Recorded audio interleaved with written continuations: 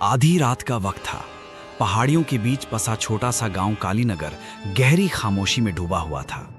हवा ठंडी थी, लेकिन उस रात उसमें कुछ अलग था, जैसे वो सिर्फ बह नहीं रही थी बल्कि कुछ कह रही थी। गांव के बाहर पेड़ों के घने झुरमुट के पीछे एक पुराना रेलवे स्टेशन था, कालीनगर स्टेशन। एक ऐसा स्टेशन जहां पिछले 40 सालों से कोई ट्रेन नहीं आई थी, लेकिन फिर भी हर रात ठीक 2:17 पर लोगों को ट्रेन की आवाज़ सुनाई देती थी। पहले पहल गांव वालों ने इसे मजाक समझा, फिर वो डर में बदल गया और आज वही डर इस गांव की पहचान बन चुका था। आरव पहली बार इस गांव में आया था। शहर का रहने वाला, आत्मविश्वास से भरा हुआ और भूत प्रेत जैसी बातों पर बिल्कुल विश्वास न करने वाला। वो अपने 3 दोस्तों निखिल, समीर और करण के साथ यहाँ घूमने आया था। रात के खाने के बाद जब सब लोग बाहर बैठे थे, तभी बात उस पुराने स्टेशन की छिड़ गई। तुमने उस स्टेशन के बारे में सुना है? निखिल ने पूछा। आरव हंस पड़ा। कौन सा स्टेशन? समीर बोला, कालीनगर स्टेशन, जहां हर रात 2:17 पर ट्रेन आती है।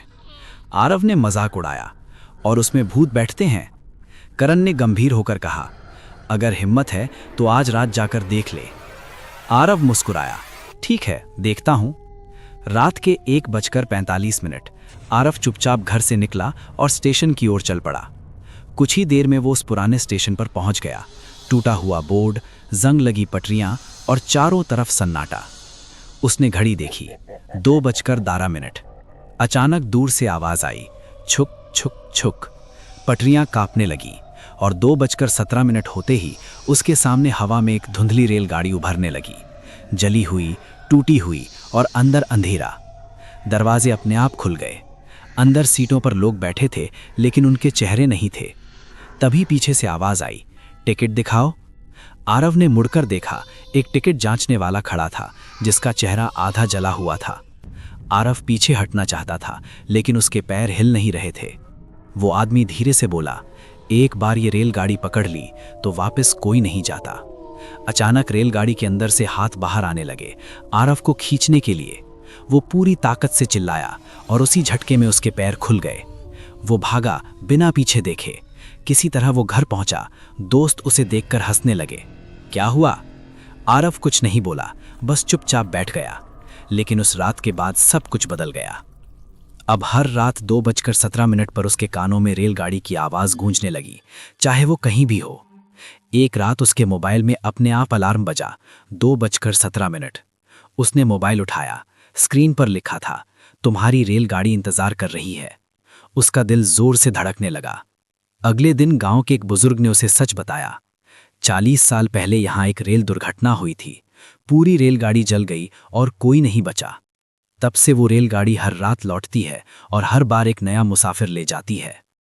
अब आरव को हर जगह वही रेलगाड़ी दिखाई देने लगी, कभी शीशे में, कभी सपनों में, और हर बार वही आवाज, 2:17। एक रात वो नींद से जागा। उसके कमरे का दरवाजा अपने आप खुल गया। बाहर वही स्टेशन था। वो उठकर बाहर गया और अचानक खुद को फिर उसी प्लेटफॉर्म पर खड़ा पाया।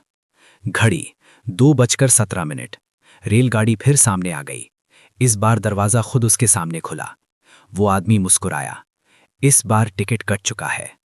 आरव पीछे हटना चाहता था, लेकिन उसके कदम अपने आप रेलगाड़ी की ओर बढ़ने लगे। अंदर एक सीट खाली थी। वो बैठ गया और जैसे ही उसने सामने देखा, उसका खून जम गया। सामने की खिड़की में उसका खुद का चेहरा था, लेकिन बिना आंखों के।